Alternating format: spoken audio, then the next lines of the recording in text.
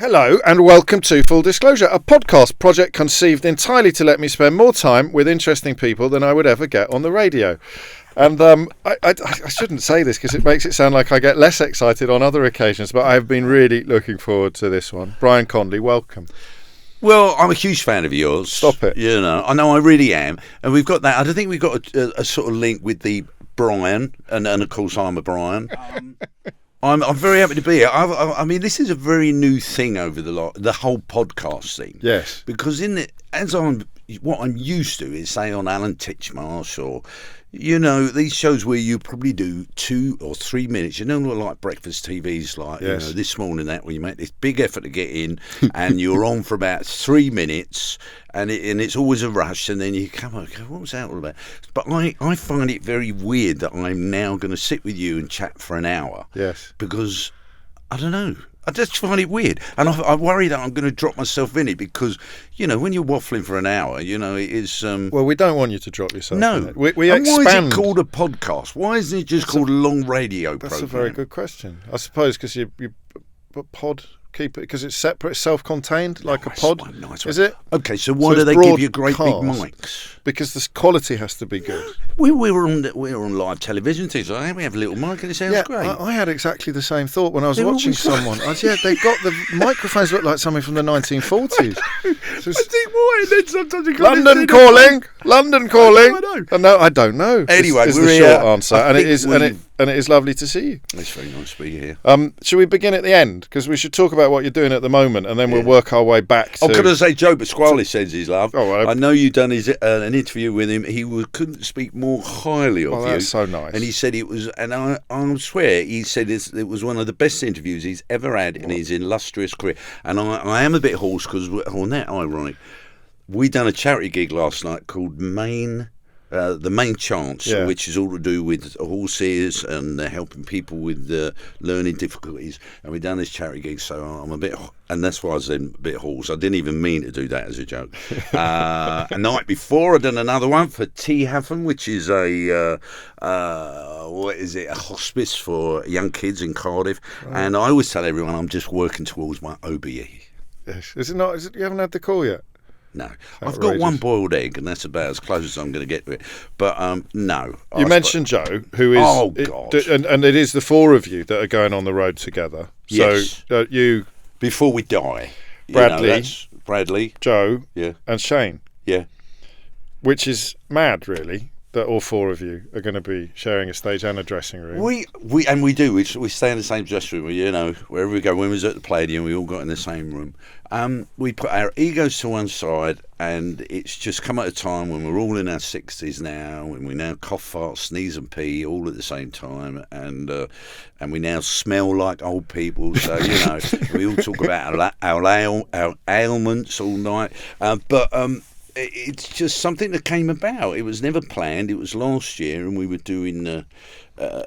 we just all finished pantomime, and Brad was doing stuff, and then Brad got the offer of doing the Palladium on a particular night that a certain artist had pulled out of because it wasn't selling. And they said, do you want to do it? And Brad went, yeah, all right. And then he said to us, and he said, come on, because this has been something, the idea and the name, the Pratt Pack, is something we've said for years and years. And then finally it all came together, and then we all rehearsed a bit because we ended up talking God knows how long, and just come up with this night that we open, you know, when they go like a big orchestra. Yeah. We're all kitted out as like the Rat Pack, like the actual Rat Pack. Yeah, yes. All the gear. We have a little bar on stage. It opens with "Please welcome Bradley Walsh." I walk on. Then we've got loads of, and then the rest of us walk on. Then we all do 20 minutes together, sing a song. Then we all do 10. Brad does 15, I don't know what, but anyway. And then second half, we all were on for the whole of the second half. We all tried to make each other laugh. Yes. And it worked a treat, and we're doing a tour, and I don't even know why I'm here, James, because it completely sold out. I said that to you already. In 40 minutes, which is unprecedented. I mean, for us, Bradley couldn't believe it. It speaks to the popularity of all four of you, but also the unique alchemy of seeing all four of you together on stage at the same time. Before we die. Well, that's what I say. That was Plan B for the title. If the Pratt Pack wasn't such a good pun, you could have had Before We Die. Before We Die. That's why they're all happy to see us.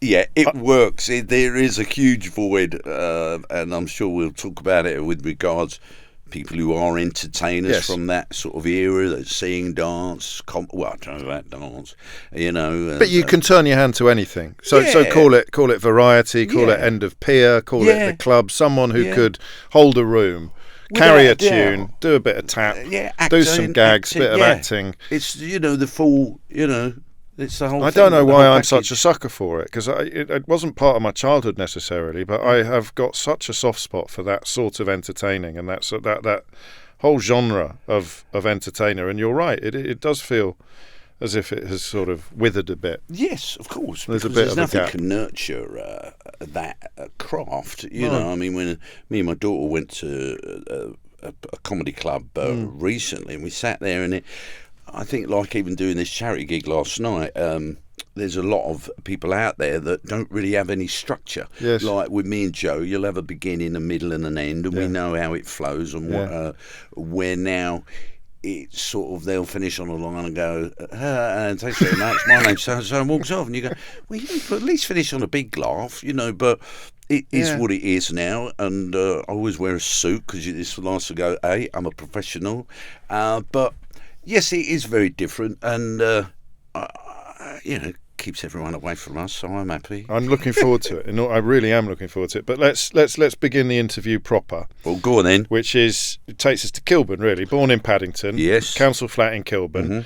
Your dad was a BBC lifer, I think, more or less. Well, my father, because I'm very proud of it. So my dad was a cabbie. So he was a cab driver in the 50s, where you really had to know your stuff, and he done the knowledge in something ridiculous. And I probably got this wrong, but it was like 11 months, and it normally took people about 2-3 years. So he really knuckled down, going around London on his little moped, and he was a cabbie for about 10-15 years. But then he had the confidence to we saw in a magazine paper a job at the BBC, and he became a rigger supervisor on the outside broadcast. This would be setting up for a football match. He would be in charge of cameras, rigging it all up, and he'd done that for, I don't know, maybe 25 years, and then he went back to cabbing, and done that in the last sort of decade, last 10 years of his life, and had 2 cabs, used to hire one out and do his. And if any cabbies are listening, they'll know my dad used to do the Heathrow run, which was you go to Heathrow and now you're in a queue when you're at Heathrow to get eventually, hopefully, a nice one to bring you all the way back into London. But he'd go there for a load up, so he'd have his, his food, talk to all his mates, and just sit there all day, and then eventually get a cab. And those people of an era, of an age, know what I'm talking about. I'm not joking. I'm nervous. Why are you how many times have you been interviewed? You are a very, very clever man. I'm worried you might throw some big words at me. I'm not going to throw any big words. Well, I might throw one big word. Like corrugated iron, something like that, that's going to throw me.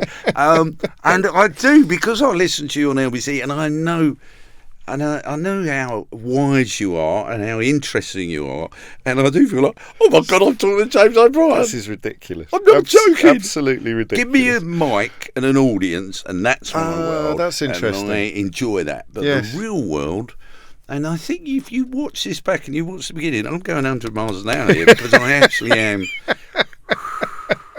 I'm nervous. Well, it's my job to put you at your ease. I do. I am. Isn't it? So, a happy home. Mum was a dinner lady. Yes. Yeah.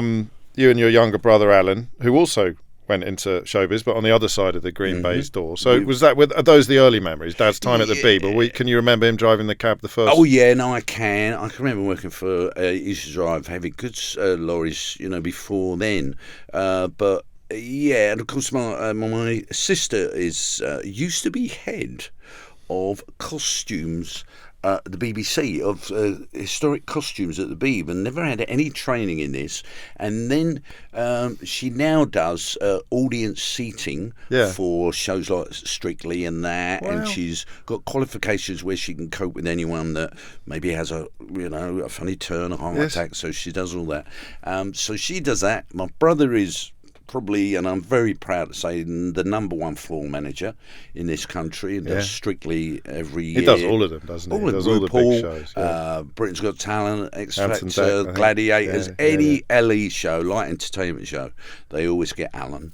They have actually, directors have asked for Alan, and he can't do it, and they've moved dates so that Alan can do it. Wow.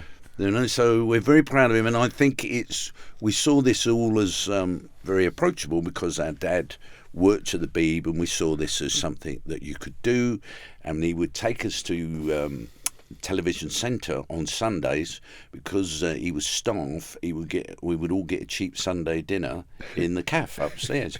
So, and then we go down, and I don't know if you ever went there on those early days, and they'd have these windows all around a certain level there where you could look down into all the studios. And I remember seeing Z Cars down there, Wow. Doctor Who. So we saw it all as something, you know, I could get a job Something at the BBC. attainable. Yes. And your dad and your mum were never in the business would say, "Oh no, it's not for the likes of you." They added to your belief that this was a road you could go down. My dad loved his opera.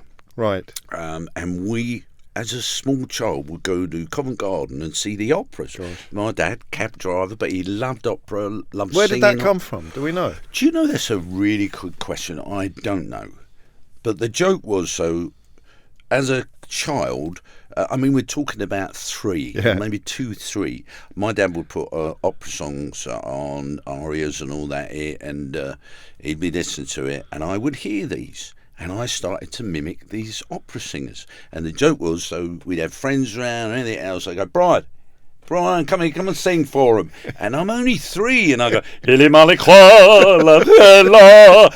and it used to blow. I didn't even think about it because these were the songs I was listening. Yeah. Then say not goodbye. And so it was.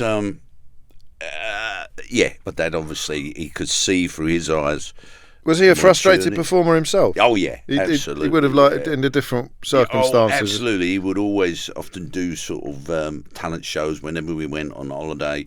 I've got a lovely photo of me winning the junior talent competition and him winning the adult. So yes, so he encouraged me, and Okay. But I suppose you'd have to. Because school was not a happy experience for you, or elements of school were pretty awful. I hated school. I absolutely hated it.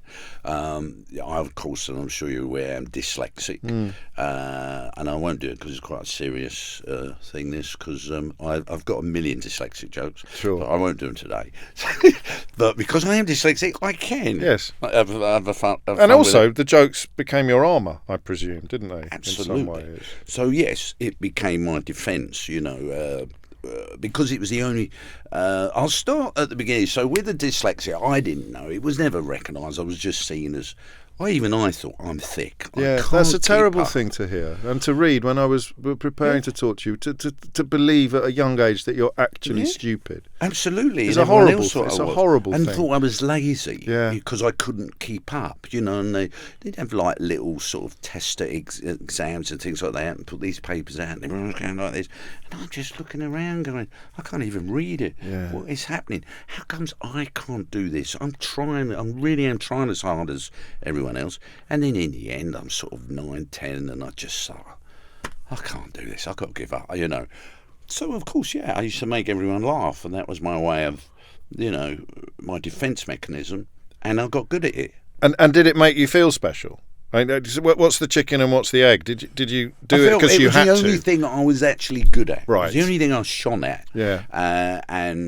But more than anything, it was singing. I always say I was born to sing, and everything else I've learned. Okay. You know, singing is something I don't even think about.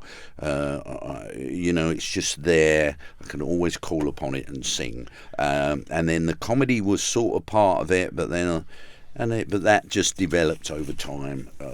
People might be surprised to hear that because they would. I mean, there's almost 3 acts, isn't there, to your career? We've got the acts, but I mean, they always go, I can't believe you. Haven't you got a nice voice? I go, well, I've done 8 musicals, but I've done 5 in the West End. Of course. I've done Johnson, I've done Me and My Girl, Chitty Chitty But Bang Bang, the chronology is why they'd be surprised, because they thought that came after the big TV.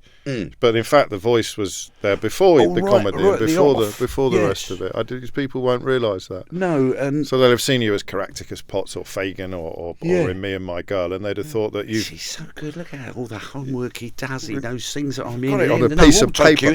Not even autocue. I don't need an autocue. I've got a piece of paper in front of me. is. Well, there's not a lot here, but you've done a heck Not of a lot here. It's all about my career. No, I mean you know what I mean.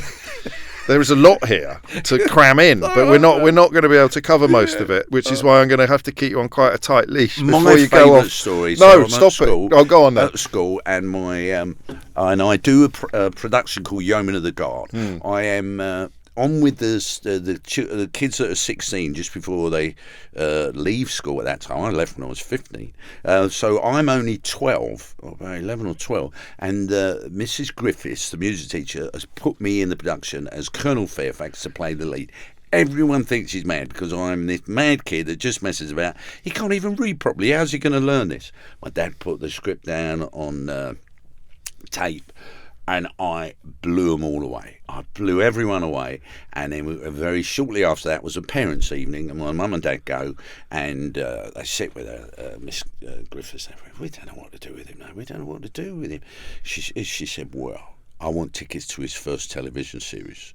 And they went, well, he said, he has got something. You've got to nurture it. You won't nurture it here. He's a big fish in a small pond. Put him into a stage school. And there were no stage schools there. I mean, there was only 5 in London, around, probably in the country. So in the 70s. So they went, and my dad went, yeah, all right. And, where a lot of people might have backed away. Yeah. And it was in Acton, and it was a place called Barbara Speech Stage School. I was there. I just fell in love with it. I'm there, and for the first 3 months while I'm there, there's no one else in my class. I'm thinking, everyone's empty because they're all going off doing this job. What are they doing? They're doing a film called Bugsy Malone. Everyone in that film is the same age as me. And then suddenly there's all these kids come back. What are you doing, Bugsy Malone? Oh, wow. And then when I saw the film, I just so wanted to be here because I only missed the whole experience by days, the auditions. Wow. But anyway, I go there, and because it's the 70s, I'm the only kid that was happy to have a haircut. Everyone had long hair, but I was happy to have it all shaved back to do period bits on an advert on, I've done films with Richard Burton and all this where I was just a choir boy or just a period piece where I would just be there wandering about because I was the only kid to have a haircut. I worked all the way through my time at school while being there. My mum and dad never had to pay any fees because it always sort of worked out that I got all the money,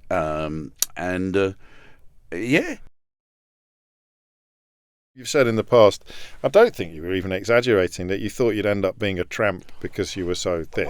This word comes back again and again. Used to say that. No, yes. So you'd look at the road ahead, and you'd think, "There's no room on that road for me." No. Where do I sit? Where do I fit? And then suddenly, you found a perfect fit. I mean, it is from one extreme to the other. In what? In a month? In 2 months? When you started at Barbara Speak? Yes. I mean, before that, obviously, I'm entertaining. I'm doing the talent competition and things like that. But suddenly, I'm now with a group of people that all want to be in and are interested in the same thing as me. And all want to be singers or entertainers. Not so many entertainers there, but actors and things like that. And what would the ambition have been then? To be an actor? Well, I started doing. I mean, we're only talking. I'm 14, 15, and I do impressions. Crammed a lot in. When did you discover that ability? The impressions. Yeah. Well, they were always singing impressions. It would be like Donny Osmond or Elvis or.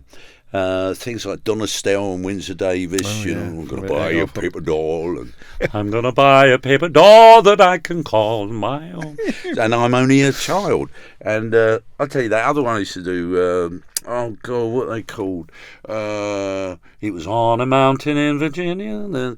Lauren Hardy. Yeah. Do you remember that one? The tale of the lonesome pine in the Blue Ridge Mountains of Virginia. And he sung low and then, in the blue. I used to do all that. At 13, 14 years old? Yeah, because Your voice is an extraordinary instrument, isn't it?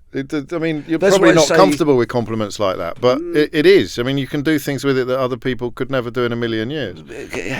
And thank God. Well, yes, there is that as well. Yeah, there is that as well. But it's something that as that very small child of 3 is listening to those songs and mimicking them, and then as I get older, going, actually, this is something other people can't really do that well. Exactly. I can.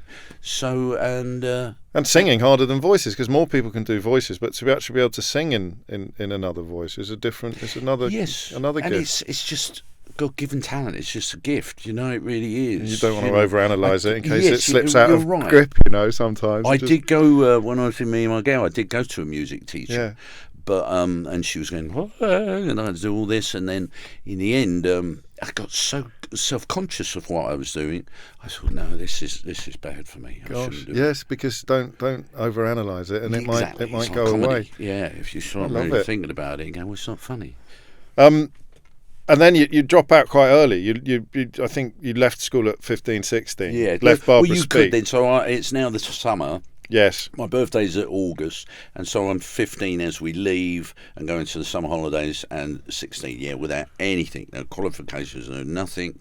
And then I work at a place for a year, and I'd always worked there a little bit before, in Wembley Arena. Yeah. And it used to be called Empire Pool then, and way back. And I would see Queen, I would see ELO, I would see David Bowie at Wembley Arena, because I was called a bottle boy, and I would go around the bars and collect all the bottles off the bars and tidy them up, but then step in and watch ELO and things like that, with that huge spaceship when that came up and they played. So this was amazing, and these are just weird things that happen. But I had the gift of the gab. Right. So someone said, I had 2 paper rounds when I was younger, and someone said, oh, they're doing jobs at Wembley. Really? Yeah, and they want young lads to do all the bottles and all that. Oh, God, I'll go along. Where you got to go? So anyway, I was too small, because all the lads were 15, 16, but I was too small. But the lady making these decisions fell in love with me and went, we've got to give you a job. And there was a cafe within Empire Pool that was backstage. So Holiday on Ice, Disney on Ice, the Harlem Globetrotters, Bay City Rollers would all go into this little cafe. Right. And I worked in the cafe, going round, collecting plates and all that. And then as I got a bit older, I then moved up to the bar. So these weird jobs I had. Horse of the Year show. I remember the Horse of the Year show. I used to earn more money than my dad for that week, because, it's on all day. Yeah. And, it was... I mean, I don't normally talk about this, but I do, on reflection now, thinking about that. And just, I tell you what I had, the gift of the gab. Yeah. And a bravado. I was nervous. I am a nervous person. You always stand there. People go, I bet it doesn't bother you. No, it does. It was because you care. But I could sort of get through that and blag it. It's not blagging it, because you were charming and people found you funny and charming. And so it's weird though that this sits so close to the very low self-esteem that you had academically and at school, as if there's 2 yous. There's the little boy there worrying about the future, and then there's the boy who flicks the switch and is not. It's not. I mean, I know you're nervous, but in a way, you're not frightened of anything, in the sense that you won't bottle it. You'll never. You're right. Yeah. I don't really have. I think as I've got older, I know when I was in EastEnders, but that imposter syndrome, I never had that. That's what I'm trying to drive at. Exactly that. I never had that as a kid. And that's probably because of your dad doing 2 things: immersing you in this world as normal, like your Sundays at the BBC, and also never saying to you that don't be daft. God, you can do this. No, and your mum. Oh, without a doubt. They both did. My mum's very funny. My mum, God bless her, she's still here, Pauline, and my mum is very funny, I think. And my dad was always, he had a weight to him. He had a strength. He's on his tombstone. It's a rock. That's all we put there, with nice. Dad on it.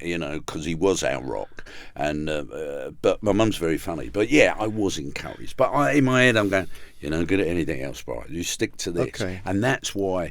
as I started, suddenly I'm 17. I don't know if you want to talk about it, but now I'm a blue coat, and then we go on. Well, you lied about your age for that as well. So again, you're precocious. Precocious. Very good, very good. I saw the advert in the stage, and this is how lucky I am. So I see the advert, I go along. I know I'm not old enough, but I thought, well, just go along. Even my dad's going, go along, you don't know.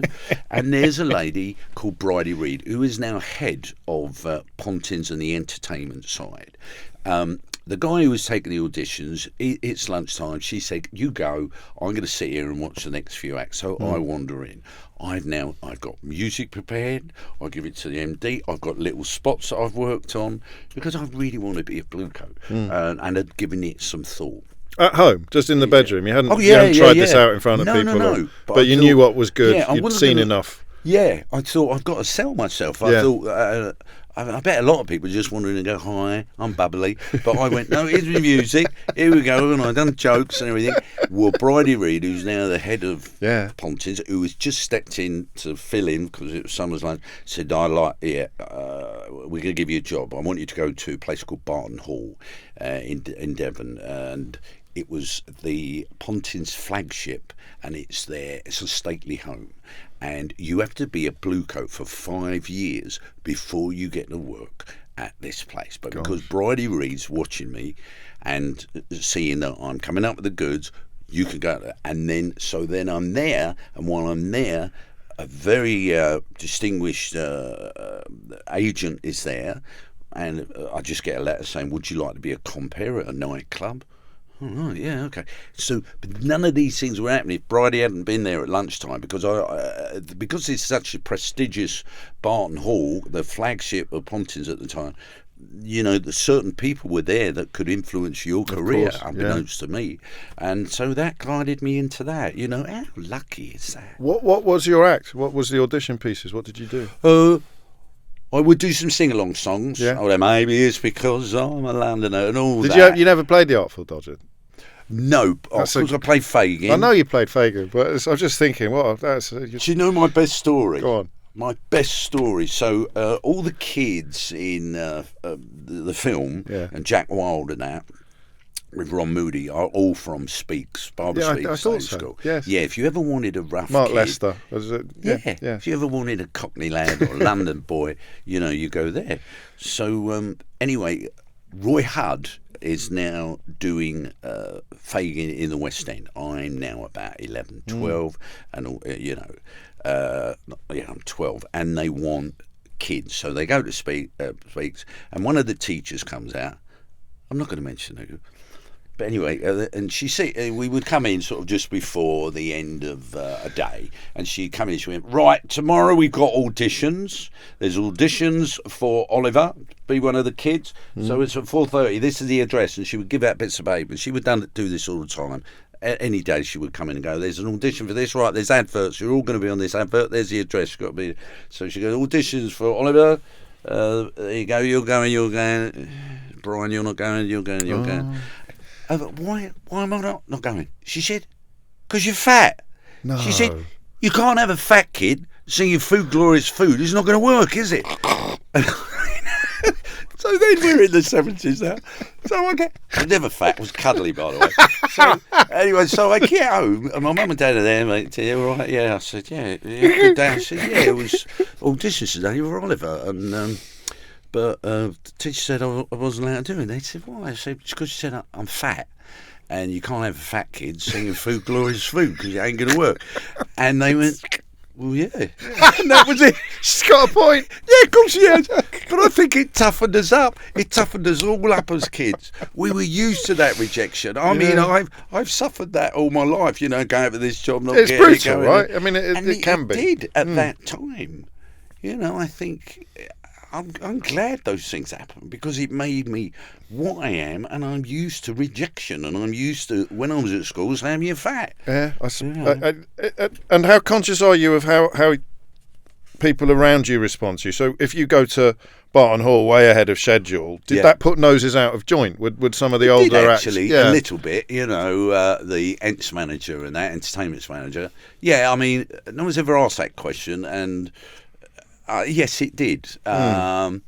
But But once they saw me out there and how well I was doing with an audience and things like that, they embraced it a bit. And many of my peers then, stayed for many years. But I was very lucky that I shifted away from that very quickly and then became a compere. And then when I was a compere, then this is good. So I'm now a compere. How lucky is this? So now I'm a compere. A guy comes to see me and says, he's probably around, God bless him, Lynn Mattel.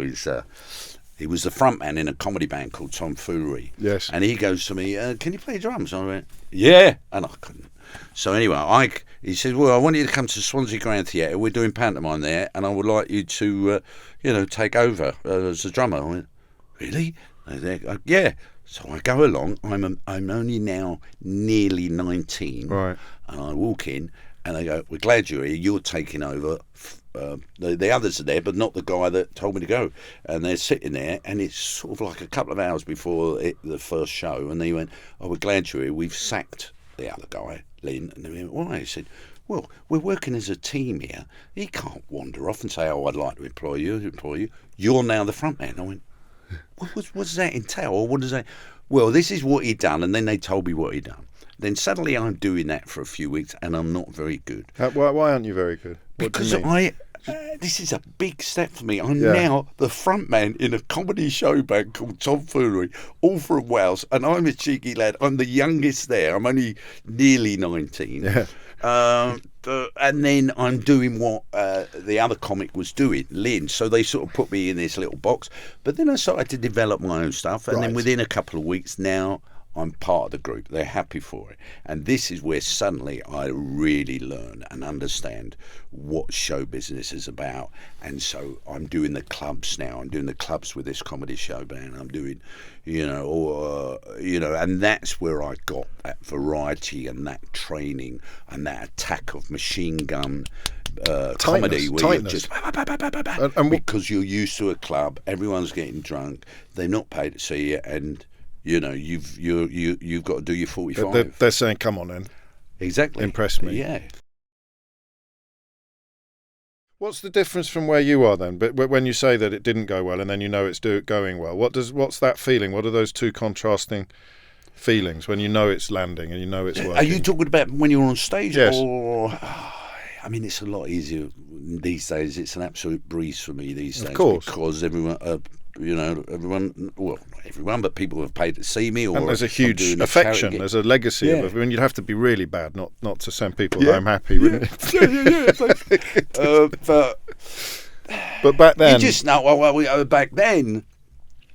if you'd done your 45, that was good, and then you'd have to do 2 spots, in these clubs. I mean, so what happened? I was with Tomfoolery, but I was cushioned by the 4 guys. Right. But then after a few years, I decided, I'm going to move on, and I am now on my own and doing Jersey and places like that where I met Shane Ritchie and things. And this is clubs, nightclubs. No, I was doing clubs as well, but the summer seasons. So this is venues. This is theatres. This was this was hotels. Oh, okay. And you'd be on the dance floor, and they so put on these shows. Younger people won't know that was a big and very popular circuit. I mean, people would go on holiday. And they'd expect a show. They'd expect to take a show in. Exactly, if they were booked into the hotel, because it'd keep people in the bar. Yeah. So in the bar there would be a little dance floor in a hotel, and then you were there to really much keep them there after their dinner. Yeah. Stay there. Don't go out of this hotel.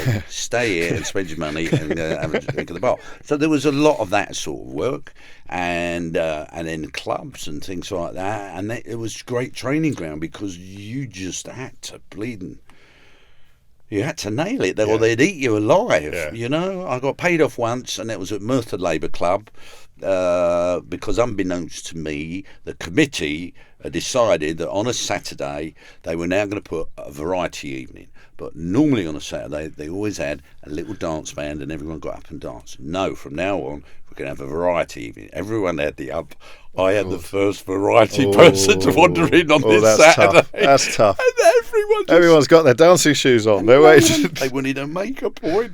Oh dear. And then I think halfway through, the committee manager, as well, hey lad, You know, go on now.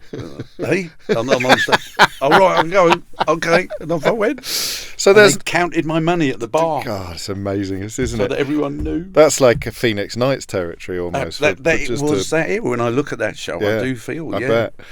So there was no plan. I mean, still now. I mean, you knew you wanted to get away from the band, but you're waiting for opportunities to come to you. You're pushing yourself forward into some spaces. But when, if indeed you ever did, would you say that you became ambitious? When did you start thinking, I want to be doing that next year, or I want to be doing that one day? Well, there were so there was a lot of. I started doing some telly. How did that come about? Just because people saw you? Just because of my management. My management in Solace at the time held the cards for all the big, you had your Cannonball, your Ken Dodds, Mike Yarwoods. Everyone was with pretty much with international artists. So they had, it would filter down to you that the odd telly would come in. Right. But not being a name though. It's like, oh well, if you want Cannonball on a show, you should have this young lad who's with us as well, Brian. Okay. So I done that, and I was not very good. I was in total awe of being in a studio. Right. Although I'd seen it and been aware of it with my dad. The place there was a load of cameras, and I'm trying to look at the audience. Yeah. I didn't understand editing. I didn't understand. It just threw me. So very cleverly, my manager at the time, a guy called Bob Voice, said, "I think you should go back and start doing warm-ups." And I went, "Well, don't you think I can't really, if I'm doing telly, I can't really take this big step back and start doing warm-ups." No. It was very clever of him. And then I started to learn how to work an audience in a studio. Which is a different dynamic absolutely. from a theatre. And of course, in the olden days, you didn't know what they... I mean, when you see X Factor and all that, you're often seeing cameras now and behind and seeing auto cue and that. You never knew that then. All you're doing is you watch your telly and they were there. Yeah. So you never saw these big booms, these great big cranes coming in with a mic and all that, body mics and everything. And it was so scary. So I do that, and I work for Kenny Everett a lot. I've done loads of Kenny shows for a few years, and God bless him. And he would, I'm just a warm-up man. I go out there every time something goes wrong. But they would always have a rap party, and it makes me a bit emotional, but he would always invite me. I'm only 22. At that time, you would never invite the warm-up comic, really? To these dudes, and he'd hire out a restaurant, and it just made me feel special, He was just a wonderful man, and I learned a lot. I learned a lot looking at him, how he was working a crowd. Barry Cryer was there, used to write for him, and just watching Barry. And then I'm starting doing Wogan for a little while, his show, which was live. But I got the sack because I was too funny, which is true. And I used to do Noel. Because they didn't want the audience to be too worn out or giggling and upbeat. I mean, because it wouldn't be competition for him because his job wasn't to be I think he thought fun. I was a bit of a young upstart, Okay. So they're both radio legends, aren't they, Kenny Everett and Terry Wogan? Yeah, and I did work for Noel. I've done you? a lot of shows for Noel. Noel used to do a show called The Time of Your Life. And did you have a concept in your mind of this being part of the apprenticeship? This is not an end in itself. This is a means to an end. No, I'm working in show business. So that's just it. You're getting I'm paid getting and you've got an paid for audience. this. I'm getting paid for this. This is Okay. unbelievable. Yeah. At this time, and I don't really appreciate at this time how important it is, those tellies. Sure. Really. I know that it's important, but I don't know how important, and I'll get to that. So anyway, I'm now doing 3-2-1. Yeah. And I've got a gig on 3-2-1. Okay then. So so now I understand telly. Right, so Ted, here's young comedian, you're going to enjoy it. Yeah, 3-2-1. And Brian Conley. And I walked on. And I go, right, ladies and gentlemen, they're not expecting this. The cameras are. I say, right, I'm going to come on again, and I want you all to give me a huge round of applause. This might be a night out for you. It's my career on the line here. Laugh if it's funny. Laugh if it's not funny. I've got one bit where I talk about my mum. So can you give me a round of applause on that? Okay, right. Right, Ted, am I okay now? Okay, I'm going to go. I'm on their wings now. I'm going to go. I'll do it. I'll do my own intro. And they all go potty, and now I'm there, and I'm working a crowd. I'm looking down the lens, look down the barrel. They say, I remember people going, look down the barrel. That's where the money is. Yeah. Look down. So you're working the cameras, and then suddenly now, I'm getting offers. I'm getting like, oh, would he like to do this? Or would he like to do that? Because there were a lot of variety shows on, at that time. The Tom O'Connor's show, and Desi's show, and then of course the pinnacle for all of us was doing live from Her Majesty's or live from the Palladium. Obviously the pinnacle is the Royals, but Tarbuck used to do these live shows on a Sunday. Now if you'd done that, and that's the best known laxative in showbiz, being introduced on that show, you knew that you were going somewhere now. You were actually, you could carve out a career and make good money. And that's what you wanted. That was... Yes, and I was desperate to get a hook at the time. Something that people remember me for. So I used to wear a lovely suit and always carpet slippers. I don't know why. I was desperate for people to remember me. Then I suddenly do one. Oh, that's right. Then Bobby Davro's doing one.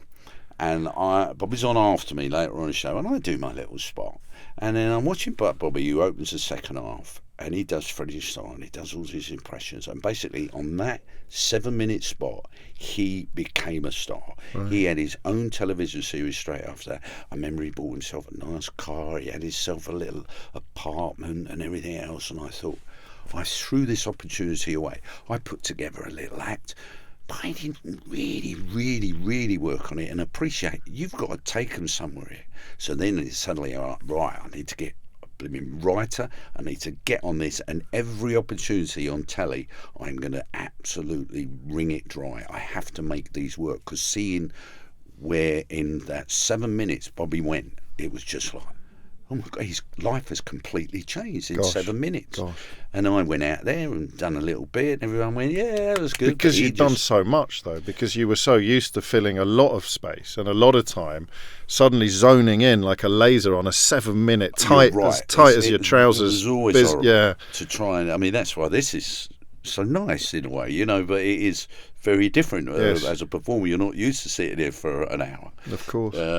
But yeah, you're right, to cone it down and to get the right, and so I worked very hard on it, and then suddenly I'm asked back to do another live from the Palladium. It's the first show of the new series. The top of the bill is Tom Jones. He hadn't been in the country for many years, and I'm on, and I go, hey Joe, it's great to be here, and I'm doing my little bit, and then I go, and it's great to be on the show with Tom. In fact, I actually stung with Tom once. He was on the radio and I was in the bath, something like that, and I went, and I flicked the mic down because it was on a lead, and it came out, and as it came out, the mic went and just went bang into the pit. And initially my face, and it is on YouTube, I was like, but then I hear that roar and I suddenly go, oh yes. And Tarbuck's running on with a mic, they're trying to pass it out. I go over this side and I go, and I was going, shut, because I know, because Alan Ainsworth, the musical director, is going, what up? And I'm going, oh my God, I'm going to be famous. I actually say this, I'm going to be in the paper somewhere. But now I've got hooked. Now some people will go, oh, you were the bloke who the mic fell off. So for the next year, I've got something, I've got something people remember me by, not with blooming slippers. It's the man that was on live television, and it used to get, I mean, this particular first episode, new series, London Palladium, Tom Jones, 15 million people were watching it live. That's incredible. You watch the adverts, it would be da-da-da-da-da, and then I was on after the adverts, and you were watching the adverts, standing there knowing you are going to go out there to 15 million people. Sitting in front, I don't know if I could do it now. I don't know because that thought is daunting. You got that if you let yourself think it. If you let yourself think it can change your life forever. And it's both. It's all there in that moment. The tightness of what you'd prepared, but also the ability to run with a completely unexpected, which is when the magic happens. Absolutely, I love ad-libbing, and then real comedy comes from that fun. Yeah. And I have to do in my act a duet with someone, and I just love that moment. And in the pantomime, when I do that, we developed it this year, where I do a little song with someone, and then we take them out, and then there's a blackout, and then we go off, and then I put him in my... He's got exactly the same costume. We put a white wig on it and a beard. And then the evil guy's going, where's the map? Where's the map? I go, well, I haven't got the map. Who's got the map? My twin brother. Come on, brother. And of course he comes on, and we do like 5 minutes, just like a Bruce Forsyth Generation Game moment. The audience love it. The guy is just... He doesn't know what is happening, and suddenly he's been sitting there with his kids, and now he's on the same, wearing a white wig and the same gear as me. But I love that sort of comedy, and I love nurturing that. And not long after this, you get your own show. Yes, the Brian Conley show's the first one. No, Brian Conley This Way Up. Of course, yes. Brian Conley This Way Up. Then there's the Brian Conley This Way Up. Do you relax, Brian? Is there a little bit of you now that thinks, I'm over a line? I don't know what the line is, but I'm over it now. I don't know. That's a really good. I don't think you ever can. No. Your peers are there. I'm looking at Russ Sabat. I'm looking at coming up and down, of course. They come, they're all like that, and you're like, ooh, I don't want to say they're my peers. They were there at the time, and you just want to make a mark, and you're just praying that someone's going to watch it, and that you're different enough, And I was lucky that we sort of followed at the time the same format as Russ Sabat's Madhouse show, where I would do sketches, then I would do my own stand-up, then we had a couple of bits that were outside broadcast stuff. And that's when, the second series of Brian Conley Show, that's when I done a sketch with Nick Frisbee, not Nick Ferrari, Nick Frisbee and Larry the Loafer, and this is where this whole thing with the puppet came about. And I'd done a sketch with Dangerous Brian. They were just one-offs, but suddenly we saw the reaction that they got, and this blimmin' puppet. And then the producer went, "We should do this Nick Frisbee thing live. We'll always film the Dangerous Brian out and about, or something. We should do that live." And then I started it, and everyone was going, and I don't know where it came from. I just went, "It's a puppet." For you young people, you probably don't know this. You have to Google it, but that's my catchphrase. Would you believe? For the last 35 years, I've heard this from everyone in the street. "It's a puppet." So I'm hearing this, and then I go, "Ooh."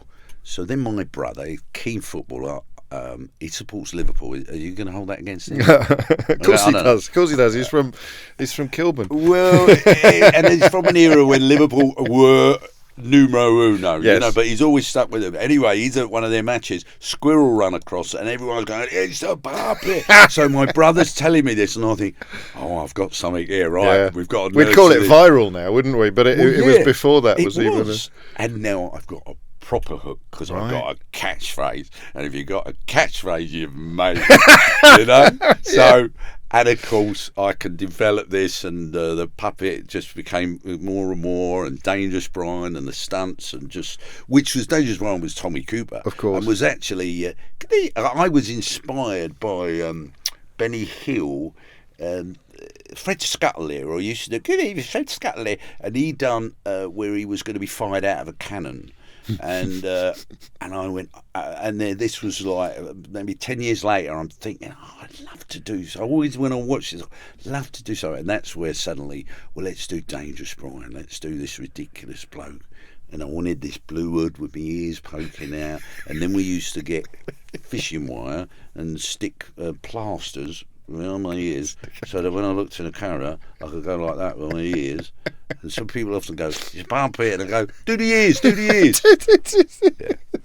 And I've done Fagin, or some of these people, when I played Edna in Hairspray, where you spend so much time, like Fagin, 2 people would work on you for 45 minutes before the show to get you into this bald cap, wig, all dirt, all beards, and you come out that day, and she's walking, "Hey, Dodger, my boy," and everyone go, "It's a puppet!" They really? For crying out loud.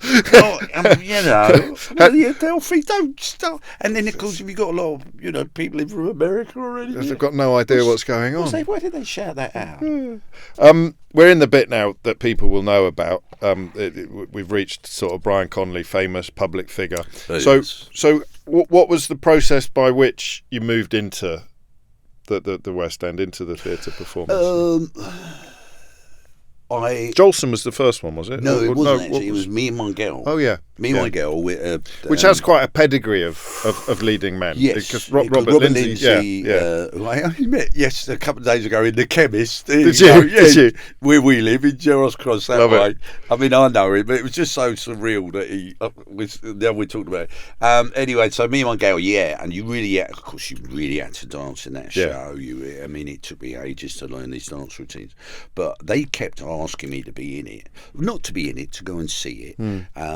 And I kept thinking, Me and My Girl, what's that all about? I could imagine, me and my girl meant for each other. I said, I don't want to do that. I'm on Saturday nights, it's all happening. Anyway, I I go and see it, and it's not. It's about this Cockney lad who becomes an earl, and he's a barrow boy, and apparently the Earl of Hereford slept with one of the parlourmaids, and that's how he turned out, and now he's become the Earl of Hereford, and it's just, you know, and he's I mean, it was written for It's a great show. But yes, so it wasn't Jolson, it was that. And you get a taste for it. And then Oh, now I love it. I love that team spirit. I love it. And you're not earning a lot of money. No. You know, I'm not doing my own show and it's just me. I'm an ensemble now with a big orchestra and everything else. So I have, once again, take a step back, but I love it and I'm doing it because I love it.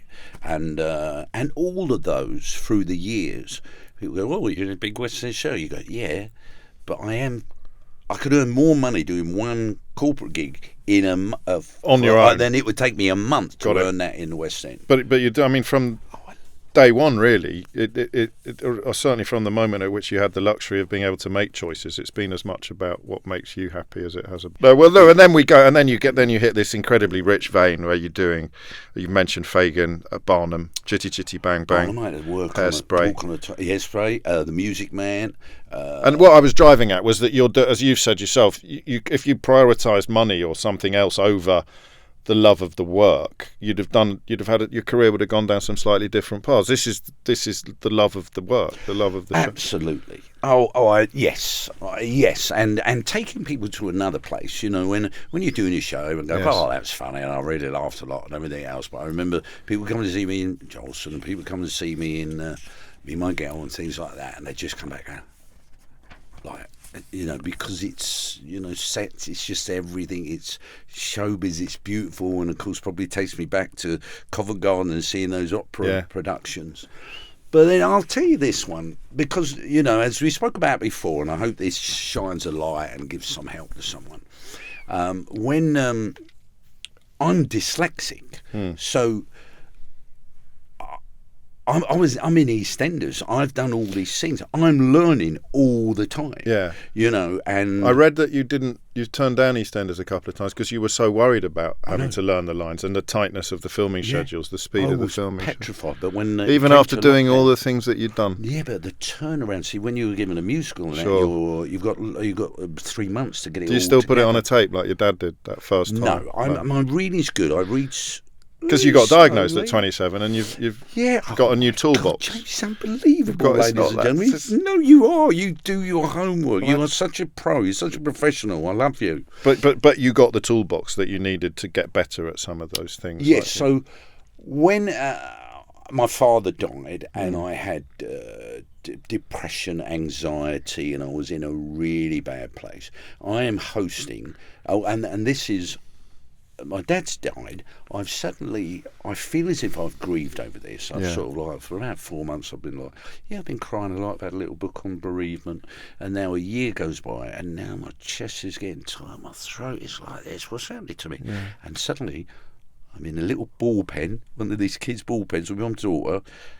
You know, we're having fun, and then suddenly, what's going on? I'm having a full-on panic attack. Wow. Never had one in my life. What the hell is this? Then I'm having another one. Now suddenly, what is this thing? It's got a grip on me because I don't know how to handle it in any way. What is it? It could just happen at any point. What is going on?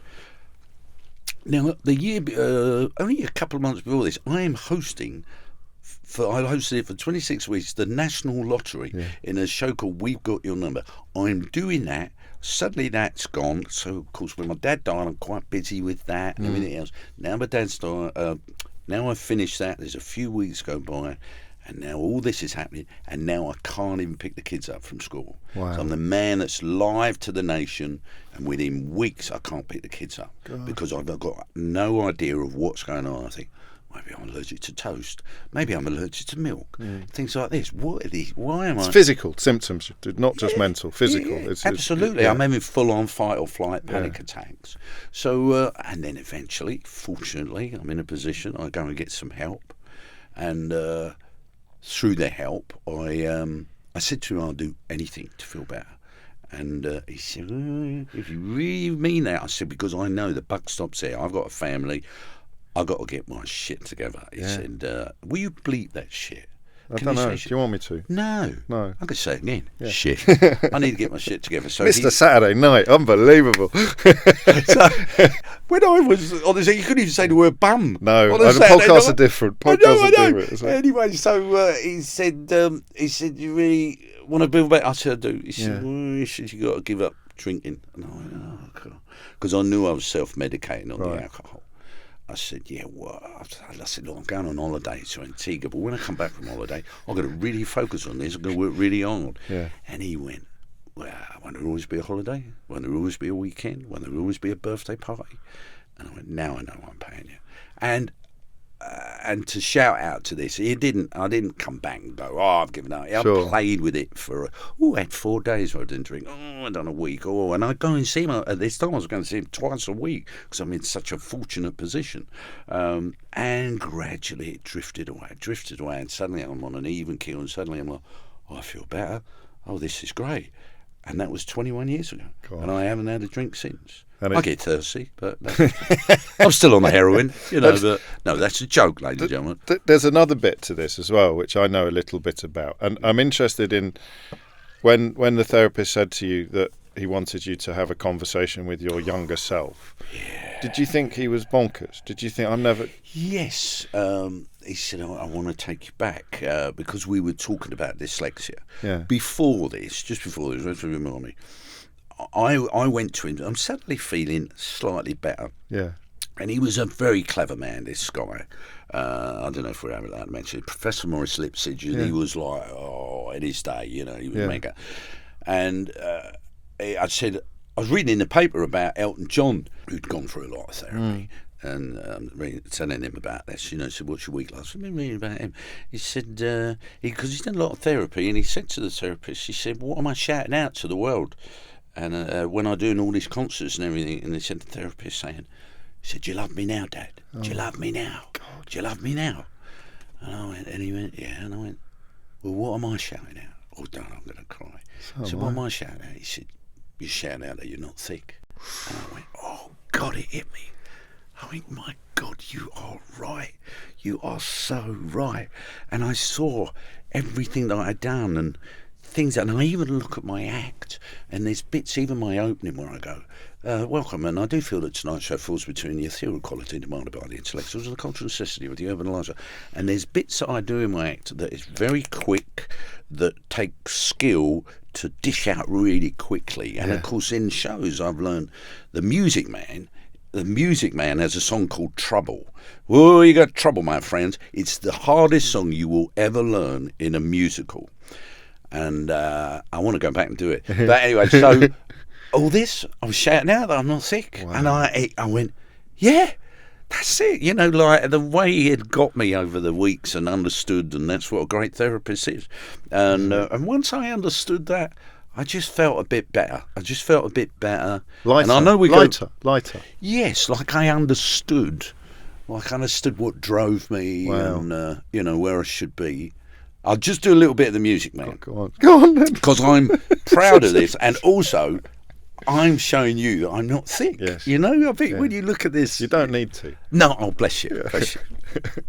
And I had to do this in Chichester, and I won an award. I won best performance in a musical. So here it goes, and this is absolutely the speed of it.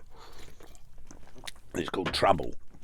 He goes, well, either you're closing your eyes to a situation you do not wish to acknowledge, or you are unaware of the caliber of disaster indicated by the presence of a pool table in your community.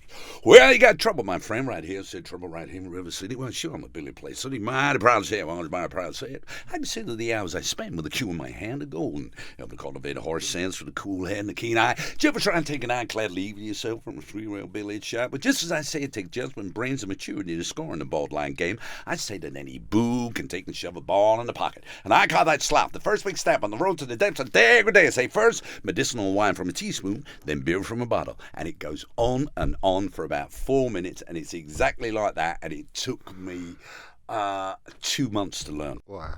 And I now know why, and why I was driven to do this show, and why I wanted to play Professor Harold Hill, because of what he said that day, because you're shouting out that you're not thick.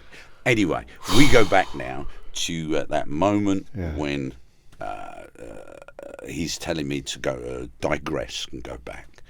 And then I think he was. Man, I was in such a place that I needed whatever they were going to throw at me. I needed as much help as I could.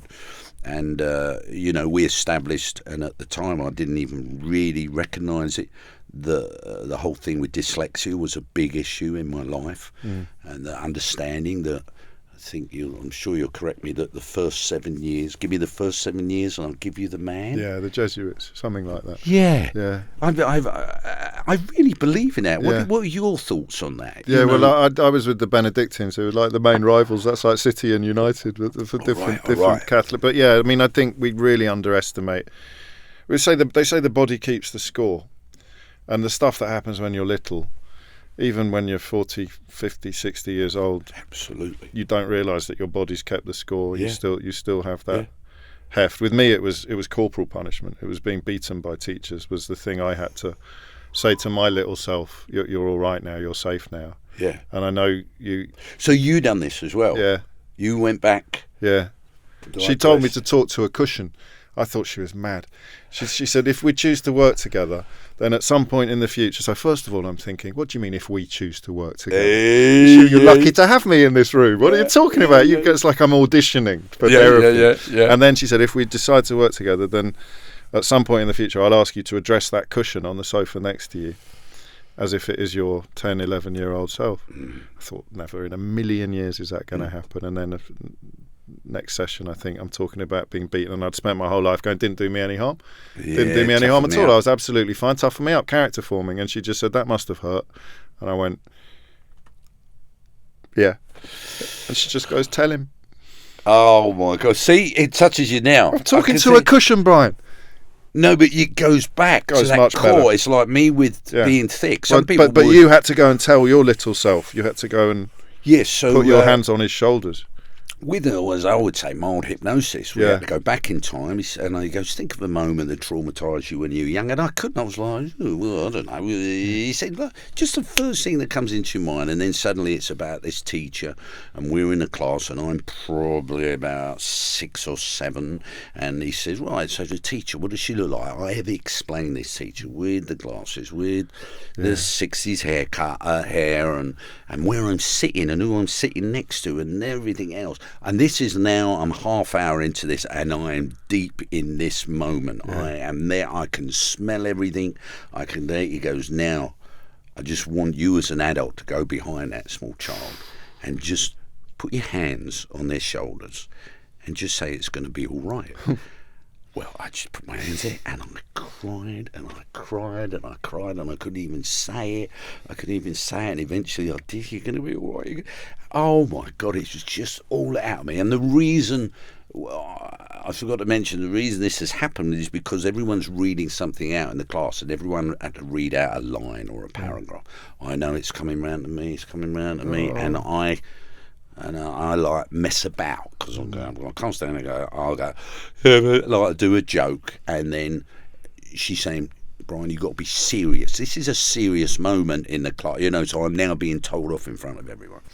So anyway, this moment I go back to, and I'm bawling my eyes out. And then he said, why don't you go and have a chat with the teacher now? He said, don't hit her. Just go back and have a chat. So I take her out of the room, and I have a little chat, and I say, listen, it's really messed that young lad up. And, you don't know what you've done that day, but it was very, very wrong. Do you understand? And that. And then I come out, and then he gradually brings me back, and I'm like, that was unbelievable. And then he said, what, with me, he said, why did you take her out of the room? And I said, well, I didn't want to upset the other kids. This is how deep he took me, that I honestly believed I was there. And I didn't want to upset the other kids while I have a word with the teacher. So then suddenly I'm doing telly, and as you will know, I'm reading autocue, but I'm reading it so much easier. Is it really? And I genuinely think whenever I've picked up a script since or anything, I've always read it and coped with it a lot easier than way back there. That's incredible. All because of this. And like you said, talking to the pillow. Yeah. You just go, what? Come on. But it works. It does. Otherwise, it really does. That mild hypnosis. Yeah. I went there. It's amazing what was stored up there. And know? and you may never have found out if you hadn't been struggling with your dad passing and that's right. So finding another one which I love with the therapist, like early days when I'm sort of like, oh, what's happening? And we must acknowledge how lucky we are to be in this position that we can go and see a professional. Absolutely right. Absolutely. He said to me, he said, you know, your dad's left you a gift. Oh yeah. He said, yeah, he's left you a gift. And I said, well, what's the gift then? He went, no, you got to find it. He said, but he's left you a gift. And I know what that gift is. Oh, no. And it's the fact that I don't drink. Right. And I would never have believed that. I would never in a million years believe that I can say now I haven't had a drink for 21 years.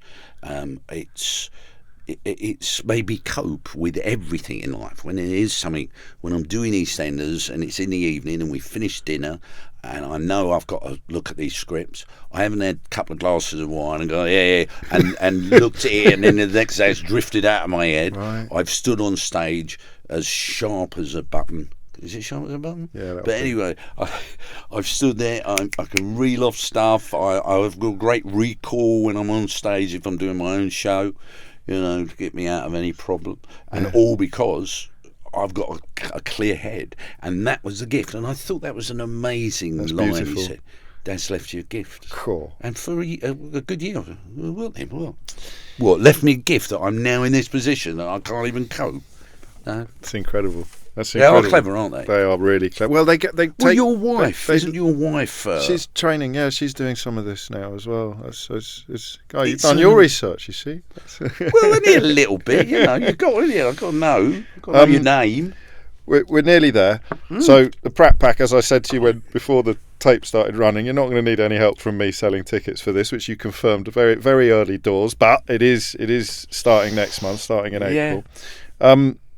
And I don't know, and you mentioned a project that you may be doing in the future, whether I don't think we'll probably still leave that as a mystery when this is finally put together. But do you have any formal ambitions? Is there anything you haven't done that you'd like to do? I'd love a Gavin and Stacey. I'd love a comedy drama like that, shot on an outside broadcasting. It doesn't have to be at that level. I loved many years ago, I done a thing called The Grimleys. Yeah, of course. Where I played sadistic PE teacher Doug Dynamo Digby for Jed Mercurio, who's a mega sort of writer now of many, many things in America as well. So, I'd love that, but I'm doing everything I want, and the thing I really love, I love doing panto. I love the art of panto.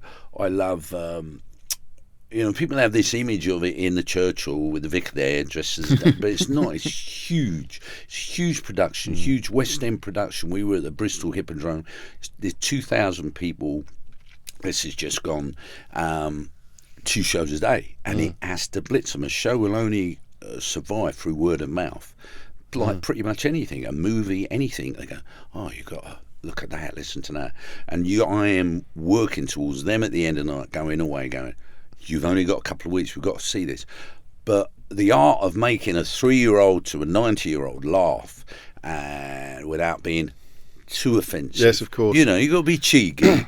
Jokes the kids don't get, but they're not. Yeah. But still not too much exactly of that. that. You have to take the rise and extract the urine, which I think is a clever word to say, take the piss, out of the whole situation that we're in, and how my character can absolutely break the fourth wall. Certain people can't, otherwise the show would fall apart. So there are rules there, and just it's like saying, "Oh, Cinderella, I can't believe it.